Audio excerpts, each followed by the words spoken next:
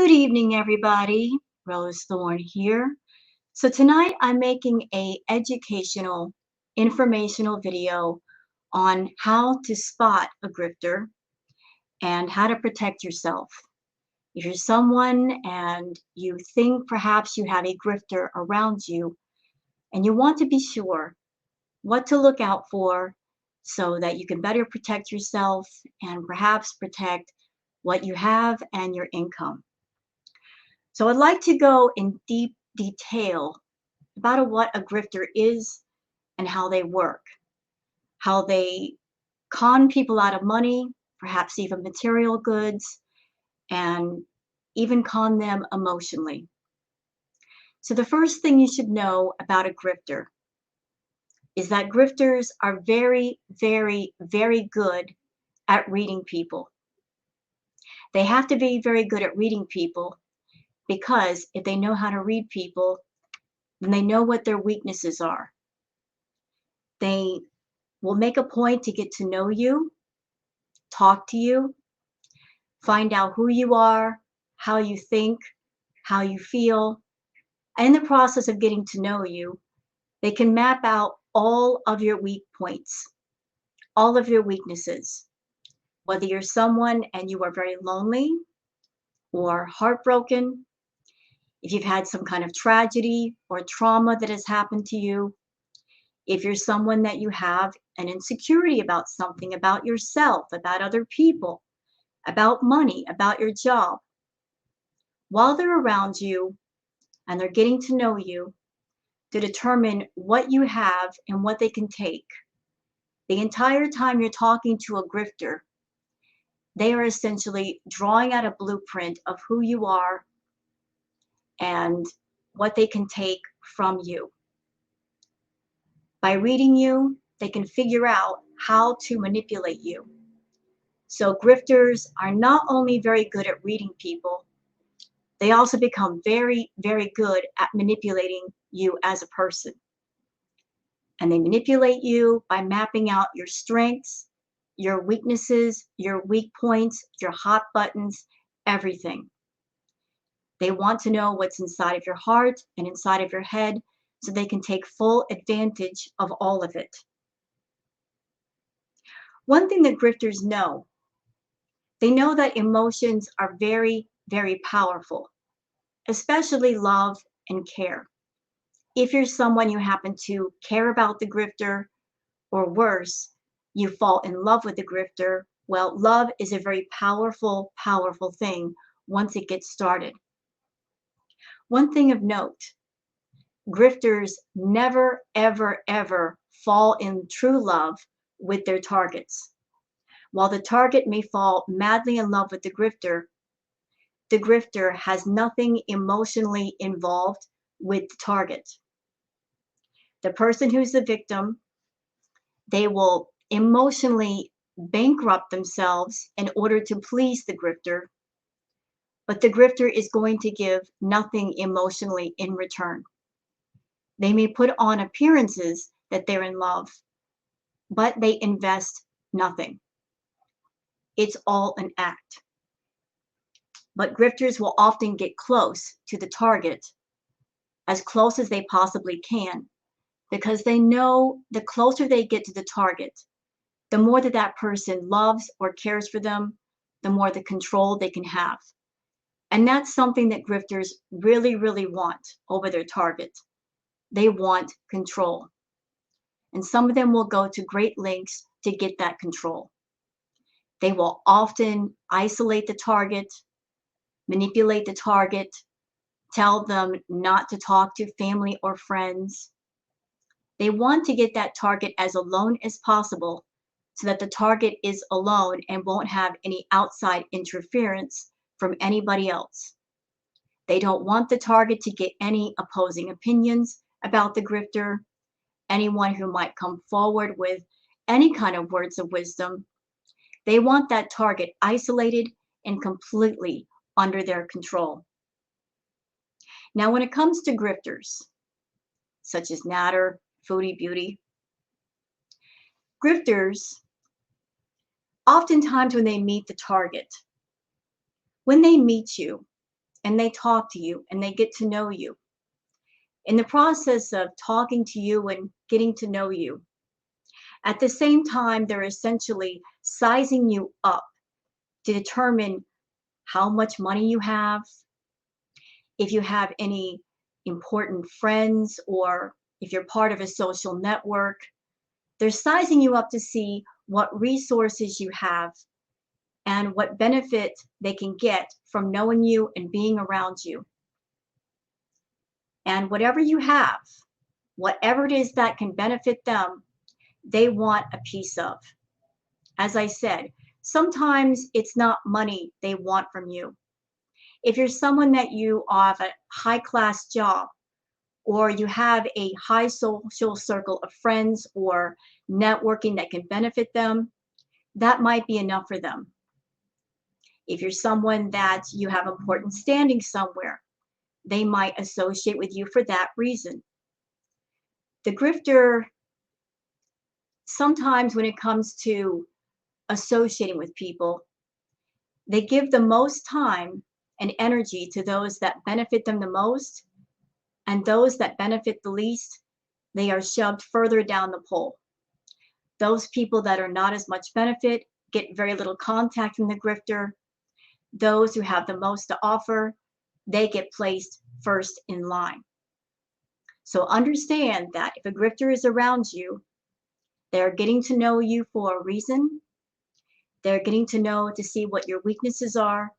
And they're also getting to know you because they want to see what it is you have that they can get access to that would benefit them.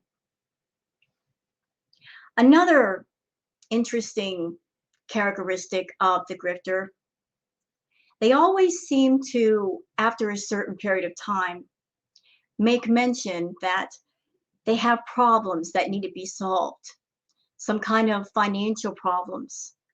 They will wait a certain period of time when they think you care about them, and then suddenly they will bring to light about having bills that need to be paid, or rent that needs to be paid, or there's something important that they need. And they will essentially try to put it on you to solve this problem. So they might directly or indirectly ask you for funds or ask you for help to solve this problem.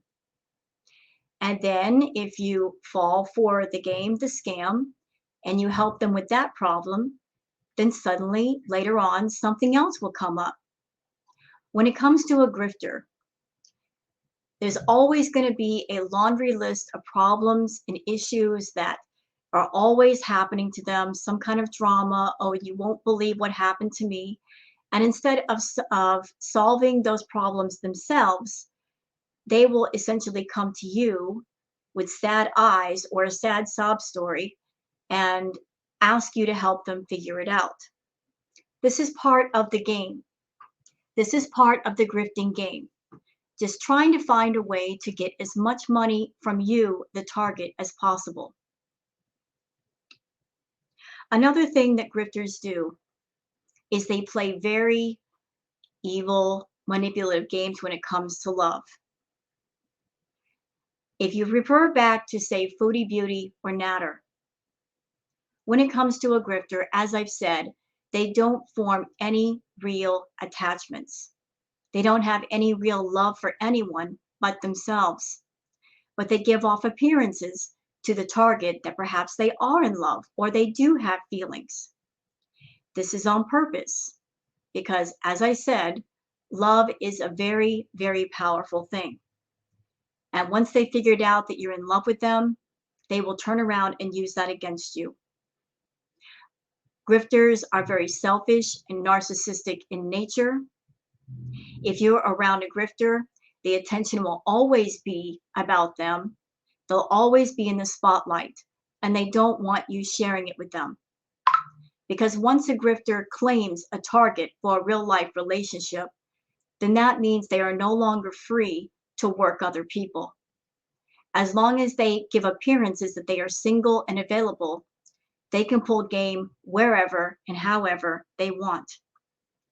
If you are a victim, if you are a target for a grifter, and they are grifting you, and you start catching on to the game that you are being grifted, what they will do after starving you for love and affection, and they getting you to that point where you're ready to walk away, grifters, they can sense that you're about ready to pull away, and they will toss out scraps of affection to keep you around. For example, if they go and they ignore you and act like you're not important, and then they feel like you're about ready to pull away because you're tired of it, then suddenly they'll start love bombing you, saying they love you, say they care about you. They might buy you flowers. They might make all kinds of promises. And by doing so, they're tossing out a scrap. If you're someone and you are starved for love and affection, or perhaps you're holding on to the hope that the grifter actually does care for you, you're going to take that scrap, you're going to eat it, you're going to stay a little longer, and then the grifter is going to keep you around long enough to get more out of you. And the more could be, like I said, it could be money, it could be a place to stay that you're providing, it could be your social circle of friends. There's all kinds of things that a grifter can take from you and benefit from you as the target. So if a grifter is benefiting from your situation in some way, and greatly enough, they will do whatever they need to do to hold on to that for as long as they possibly can until the game is up. I've had a few grifters in my life, and the one thing I've noticed about grifters is that they most come around when they need something. They will ignore you the majority of the time, but when they're in need of something, suddenly they will pick up the phone, or they'll make a point to visit and make contact. Once you give them what they're looking for, suddenly there's no contact. They're not picking up the phone. They're always busy. A grifter is never busy when they need something, but when they have that something, suddenly they're not picking up the phone for you. They're not talking. They make a point to only be there when they need something and they know you have something that you can possibly give them. Grifters will never invest in you emotionally. They expect you, though, to invest in them. If the human heart was like a bank vault, then what the grifter wants is for you to open up your vault, take everything out, and give it to them. But in return, the grifter will never open up their heart vault and take anything out. That's why those people who have been grifted, especially grifted while in a relationship, they are often left confused and angry and saying, why don't they feel anything? Why aren't they crying? Why aren't they upset? The relationship is over. I'm over here broken. Why aren't they broken? The answer is simple. Because whoever the target and the victim is, they opened up their bank vault, took everything out until they were bankrupt. The grifter did not open up their vault, did not take anything out, and because they invested nothing, they feel nothing. And by doing so, they can walk away with no regret and more remorse. Grifters will never claim anyone for any reason, because if they did, the game is up, like I said. Grifters do not have girlfriends they claim, wives that they claim, because by giving the appearance they are single, they can game anybody at any time with no interference. Once a grifter claims someone, they are not free to play anyone else. They can't hustle. There is such a thing with grifting as subtle, blameless grifting. Let me explain how that works. Sometimes a grifter can be so crafty that they can grift you in such a way that by doing it, you cannot come back later and say that you've been scammed. They can put you in a position where you pay for things without asking you to pay for things. And by doing that, you cannot come back later and say, well, I paid for everything. And then they can say, well, I didn't ask you to. That happens too. that subtle, blameless grifting. For example, two people that go to a restaurant and the grifter does not ask the woman to pay for the meal. She just does it. That is a way of subtle, blameless grifting. Just allowing someone to pay for something without asking. And by doing that kind of grifting, there is nothing that the victim can really say because the grifter did not outright ask for the person to do it. They just did it. One last thing about grifters. If you're someone and you are emotionally attached to a grifter, when they are done grifting from you, whether it's for the moment or they're done taking everything from you they can possibly take, one thing they will do is they will cause a fight or an argument to get away from you. And they will turn everything around so that you think it's all your fault. They will use all of your weaknesses against you, and they will know exactly what to say because of all that time they spend talking to you. They will bring up all the things that perhaps you are insecure about, the things that hurt. They will purposely throw those arrows just so they can get away and go find another victim. But they will only do that when you have nothing else to give and they want to move on to another victim. If the grifting is done for the moment, they might cause a very small fight just to separate themselves until they figured out you have something more.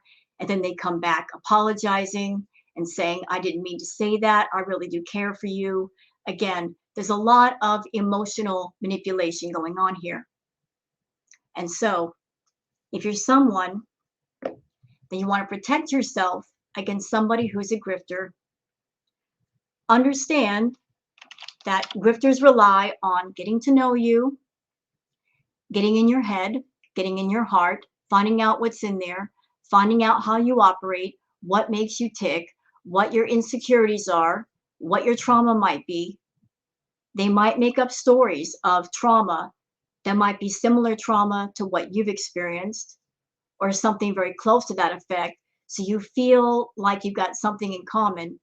They will do whatever it is they need to do to get close to you if in fact you have something that benefits them, whether it's a place to live, whether it's your bank account, your social circle of friends that might benefit them somehow, any networking you might do.